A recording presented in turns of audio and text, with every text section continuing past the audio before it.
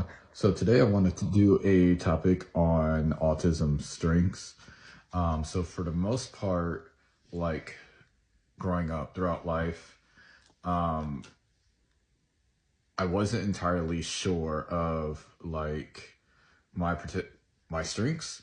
More often than not, like when I was a child, my weaknesses were magnified. It wasn't until I would say 2014 until the present that like my strengths became like more amplified and I became like personally aware of those strengths. So one thing I was going to do today in this video is I was just going to go over some of the ones I came across that personally align with me. So the first one would be expertise in your favorite topic. So one of my favorite topics to talk about sports. More often than not, like I can tell you about like certain NBA player, what their stats are, what their position is, who they can guard, who they can't guard, like what team they're on, like that team's, like where that team currently stands, if they're a lottery team, if they're a contender. Same with NFL, like can tell you about like a certain player, if that team is a contender or if they are like destined to tank for like a high pick. So that is what would be classified like as like my favorite topic. It's just like I love sports talk, sports debate, general conversations like that. The next strength is like my hyper focus. One thing that I noticed is like when it comes to a particular goal or objective, like I can just lock in and get it done. Like when I was with my previous employer, we got like shipments of truck, like we would get like 10 pallets or so. And like I would have the mindset that it would be done in a certain time frame. And it would usually get done quicker. Like one of my old tech supervisors actually called me a machine with the fast rate that I worked at because I was just so determined and just so hyper focused on getting it done as quickly as possible and as efficiently as possible. The next one is like a strong sense of justice. So this actually aligns with my major because I'm a criminal justice major, soon to be finishing up with my bachelor's. It's a strong sense of right and wrong. So when it comes to something, you just want to make sure that justice is due. Like if there's something that is like not right, you're gonna point it out. Like if, say for example, like you're at work and you see like a customer not being treated fairly, you're gonna point that out.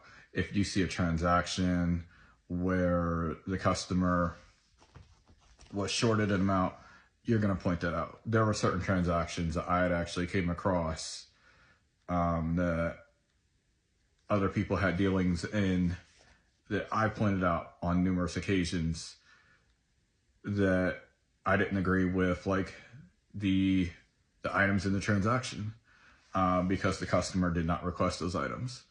And I was very vocal about, hey, like this needs to be fixed. I don't agree with this. This isn't right.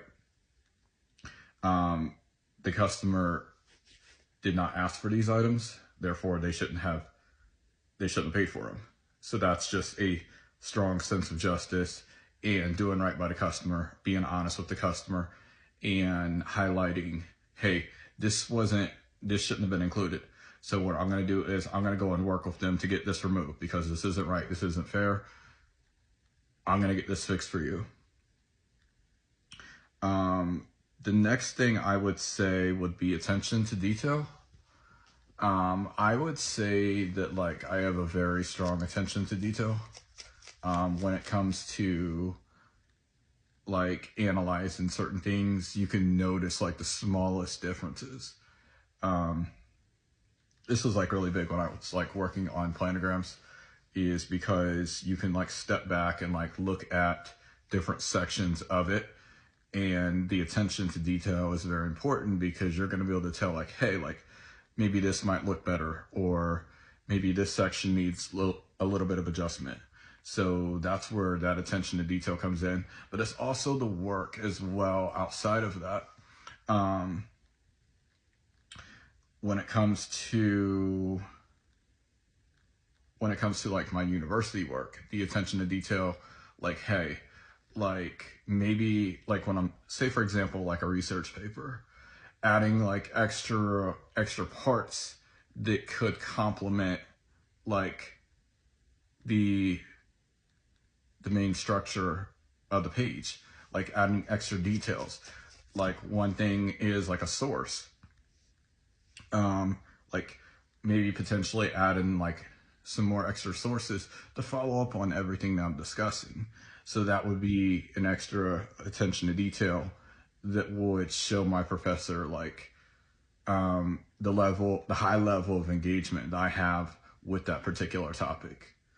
The next thing is honesty. The thing with like being on the spectrum and honesty is you have the tendency to be brutally honest. It can come off as awkward in some situations because you're not good at like telling a lie. There's some situations like where someone asks you a question, you're just gonna simply be brutally honest with them. You're not gonna refrain from telling them like something else. And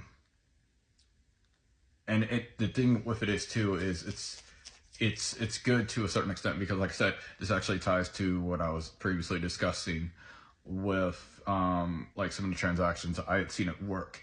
Is that honest component is I'm always going to be fair with the customer. I'm always going to be fair with anyone I'm working with, and I'm going to be honest with them in terms of like what I always see going on or what I see happening.